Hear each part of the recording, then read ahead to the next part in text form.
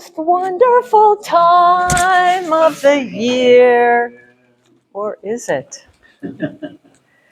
I don't know what was more tangled this Christmas, our lights or our family. So what is your favorite part of the season? Is it the music? Is it the cookies and the food? Is it family? Well, part of what is special to me are stories. So if you didn't get enough stories, I'm going to give you 3 of my favorite stories. Okay? The first one takes place, it's a true story, takes place in the early 1900s, and it's in a typical American farming family. And one day, the little son, came home with a sealed envelope to give to his mom from the teacher. And he said, "Here you go, Mom. This is just for you." What does it say?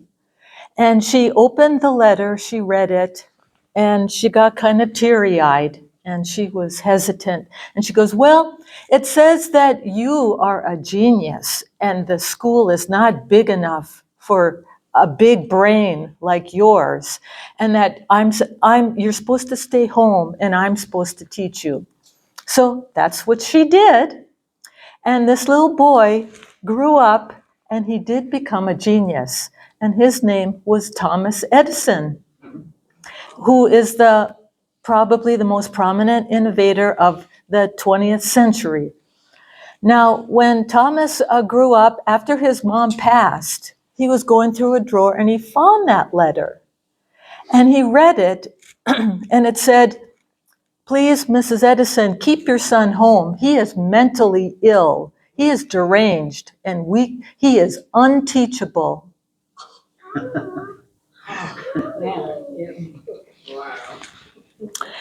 And I have a picture. Of a statue in Ohio that reminds people of this story. It'll show in a minute.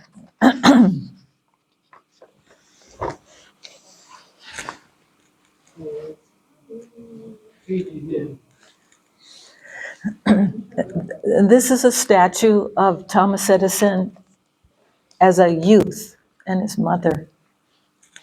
Can you see it? Okay. It's somewhere in Ohio where he grew up. Okay, that's it. Okay, now this is the second story. Now this story is also true. And it's about a Korean man during the Korean War. It's not this guy. It's another one.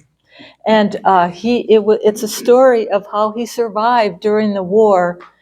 And what he describes in detail is how he had to escape the North Koreans, and he had to travel by foot at night.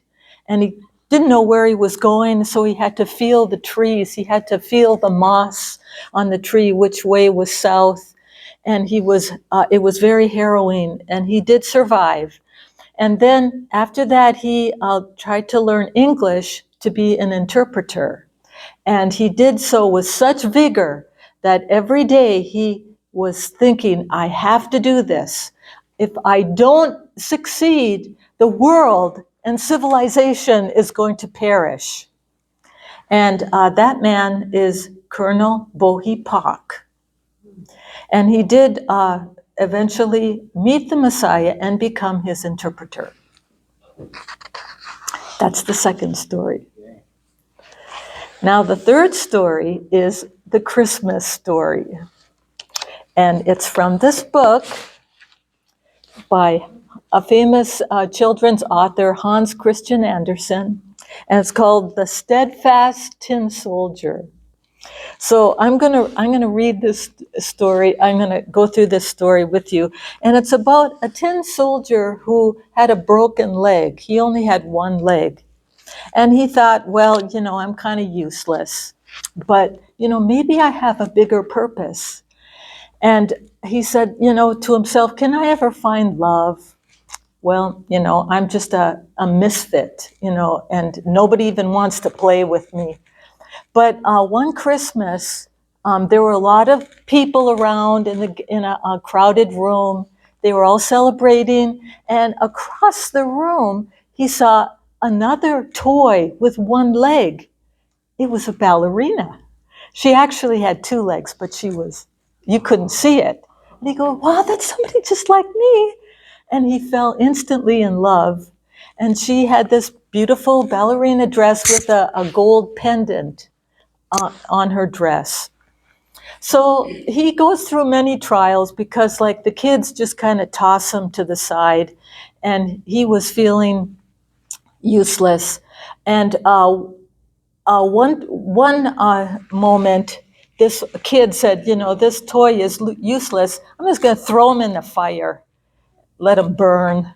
And so he was tossed in the fire. And then the soldier said, no, this is terrible. Now I'll never get to meet my true love, the ballerina. And, my life is just going to end. And so when the flames were coming near him, all of a sudden, this ballerina that was perched up on the windowsill, somebody opened the window and a gust of wind blew the ballerina all across the room into the fire with the tin soldier. And so they were burned. Consequently, they were burned. But in the morning, when they were cleaning up the ashes, they found the tin of the tin soldier melted as a heart and next to the gold pendant of the ballerina. So that's the story. Okay, so what can we learn from these stories? Well, the last one about the tin soldier, what do you feel is, why is that such a famous story? Well, I think because we all feel useless, like somewhat misfits sometimes, but we question ourselves, what is our life for? And does it have any significance?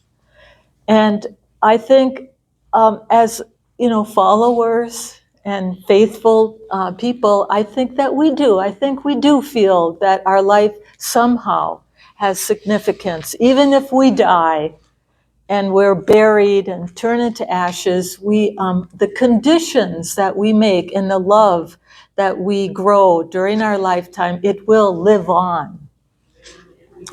Okay, and then I'm going backwards now. Now the story about Colonel Pak, I often think about this story. He wrote a book, it's called Messiah.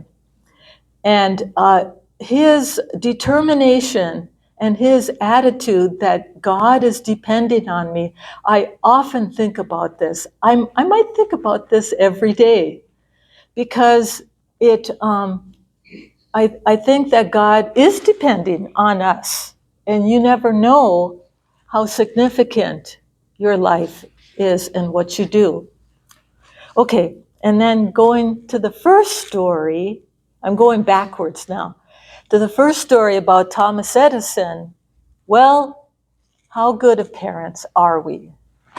Well, my daughter and son-in-law, who are standing right there, they have a lot to say about that. So, and we're living together and we're learning from each other. So it's a growing process. Okay, so did you hear about the one Catholic guy? He was very well liked. He was very devout. And he had one problem. He couldn't stop thinking about the world's problems. It just consumed him.